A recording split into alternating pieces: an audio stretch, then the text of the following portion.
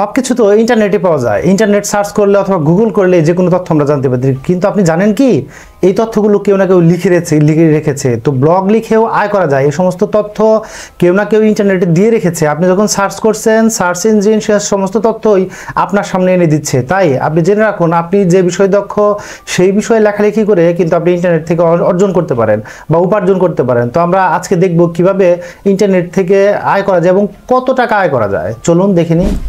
Blog হচ্ছে যেখানে আপনার নিত্যনৈমিত্তিক ব্যাপারগুলো লিখবেন অথবা আপনার এক্সপিরিয়েন্স থেকে বিভিন্ন লেখাগুলো লিখবেন, সেটি হচ্ছে ব্লগ। তবে এখানে যে টেকনোলজিক্যাল ব্লগগুলো সেখানে শুধু টেকনিক্যাল বিষয়গুলো থাকে, আপনার গল্পের ব্লগে শুধু গল্প থাকে, আপনার নিউজের ব্লগে শুধু নিউজ থাকে। এখন আপনি কী ধরনের একটি ব্লগ তৈরি করবেন সেটি একটু গুরুত্বপূর্ণ ব্যাপার। তবে ব্লগ থেকে মোটামুটি ধরনের একটি ভালো আয় আসে যদি আপনার একটি ব্লগ থাকে, সেখানে পর্যাপ্ত পরিমাণে আপনি লেটেস্ট আর্টিকেল দিতে পারেন এবং আর্টিকেলগুলো অবশ্যই অর্গানিক এবং পিওর হতে হবে। কোথাও থেকে কপি করে আনা বা কপি পেস্ট করা হওয়া যাবে না। অবশ্যই আপনার সেখানে রিসার্চ থাকতে হবে, আপনার আর্টিকেল পর্যাপ্ত পরিমাণে তথ্যবহুল বা তথ্য থাকতে হবে যা একজন রিডারকে আকৃষ্ট করে। একজন রিডার যেন 2.5 থেকে 5 মিনিট সময় আপনার ব্লগে থাকে এবং আপনার প্রতিটি পোস্ট পরে, সেটি একটি গুরুত্বপূর্ণ বিষয়।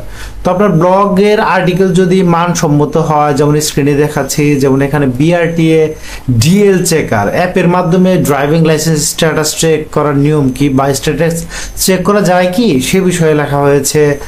আপনি এরকম ক্যাটাগরি, অনেকগুলো ক্যাটাগরি যদি দেখি আমরা, এখানে জন্ম নিবন্ধন সম্পর্কে লেখা হয়েছে বিআরটি ইনফরমেশন সম্পর্কে, এনআইডি কার্ড ইনফরমেশন সম্পর্কে, ই পাসপোর্ট, এছাড়াও অনেক ধরনের ক্যাটাগরি আছে। এখানে আমি বিভিন্ন বিষয়ে লেখার চেষ্টা করেছি। এসব লেখালেখি থেকে আসলে মোটামুটি একটা আয় আসে দৈনিক। যদি একজন ব্যক্তি তার লেখালেখি পারপাস 3 থেকে 4 ঘন্টা সময় অনলাইনে ব্যয় করে, তাহলে দেখা যাচ্ছে মাসে তার একটি হ্যান্ডসাম বা মোটামুটি ভালো একটি ইনকাম আসে। তো এই যে ইনকাম, এটি কীরকম আসে সেটি অনেকেই জানতে চান। আজকে সেই বিষয়টি রিভিল করব। আমি আমার পেমেন্ট প্রুফ থেকে আপনাকে দেখাচ্ছি।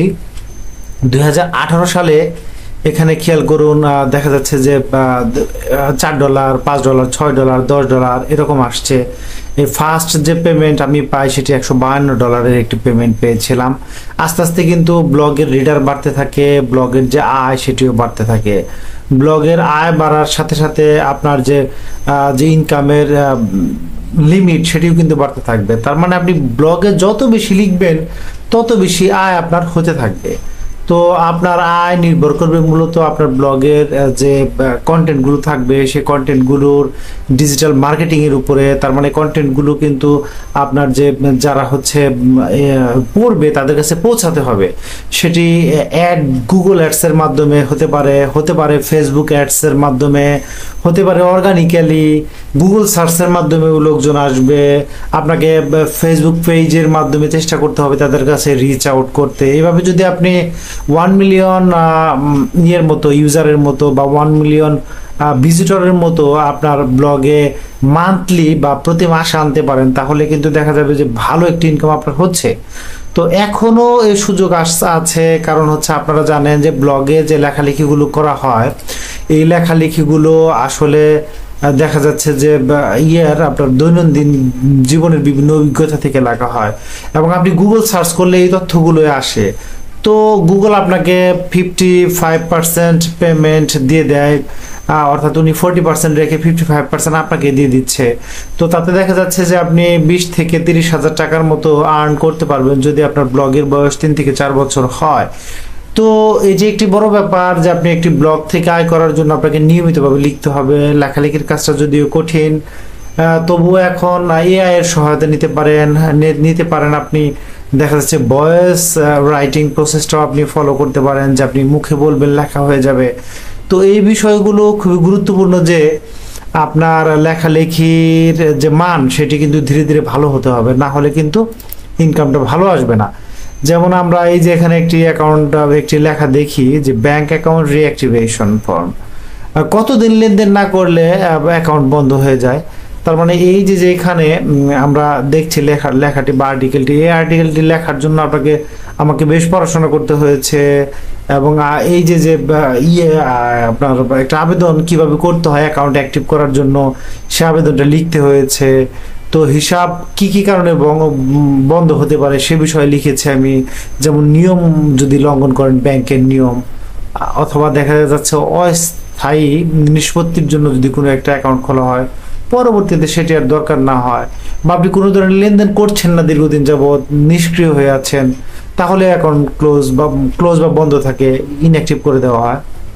এছাড়া নোটিশ না দেওয়া, দেখা যাচ্ছে যে কোনো নোটিশ না দিয়েই ব্যাংক ইচ্ছা করলে বন্ধ করে দিতে পারে।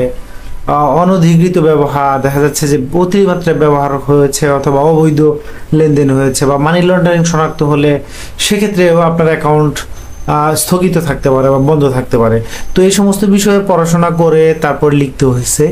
তো আপনাকেও চেষ্টা করতে হবে কোনো একটি লেখা মান যাতে বলা হয়, তাহলে সেখানে গুগল অ্যাড দিবে এবং গুগল অ্যাডস থেকে আপনি মোটামুটি একটি ভালো ইনকাম করতে পারেন।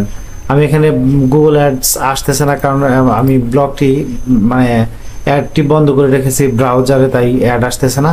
তো আপনার লেখার মান ভালো হলে অবশ্যই ভালো অ্যাড আসবে এবং ইনকামটা ভালো হবে। এই যে অ্যাড চলে আসছে, তো গুগল অ্যাড থেকেই মূলত ইনকামটা হয়। যারা বিজ্ঞাপন দেয় তাদের বিজ্ঞাপনের অংশটাই মূলত একটা অংশ এখানে দিয়ে দেওয়া হয়, অর্থাৎ আপনার আয় হিসেবে আসে। তো আয়ের পরিমাণ কিন্তু আমি ইতিমধ্যে রিভিল করেছি, এটি হতে পারে 10 থেকে 20,000, 20 থেকে 30,000, অথবা 30 থেকে 40,000 বা আরও অনেক বেশি উপরে হতে পারে। সেটি নির্ভর করবে আপনার ব্লগটা কতটুকু মানসম্মত, মানুষ কীরকম ভাবে রেসপন্স করছে সেটির উপর নির্ভর করে।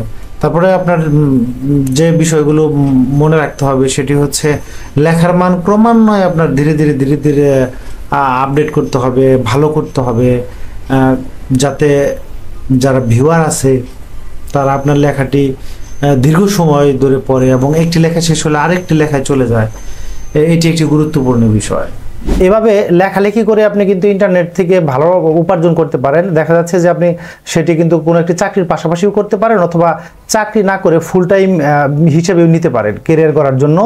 ক্যারিয়ার করার জন্য কিন্তু এই ফ্রিল্যান্সিং প্রসেস বা এই ফ্রিল্যান্সিং জগৎ কিন্তু আদর্শ একটি ব্যাপার। আপনার অফুরন্ত সময় যেমন হাতে থাকবে এবং আপনি অল্প সময়েই আপনার ক্যারিয়ার গড়ে ফেলতে পারবেন, কিন্তু আপনাকে কঠোর পরিশ্রম করতে হবে, সেটি কিন্তু আমি আগেই বলেছি।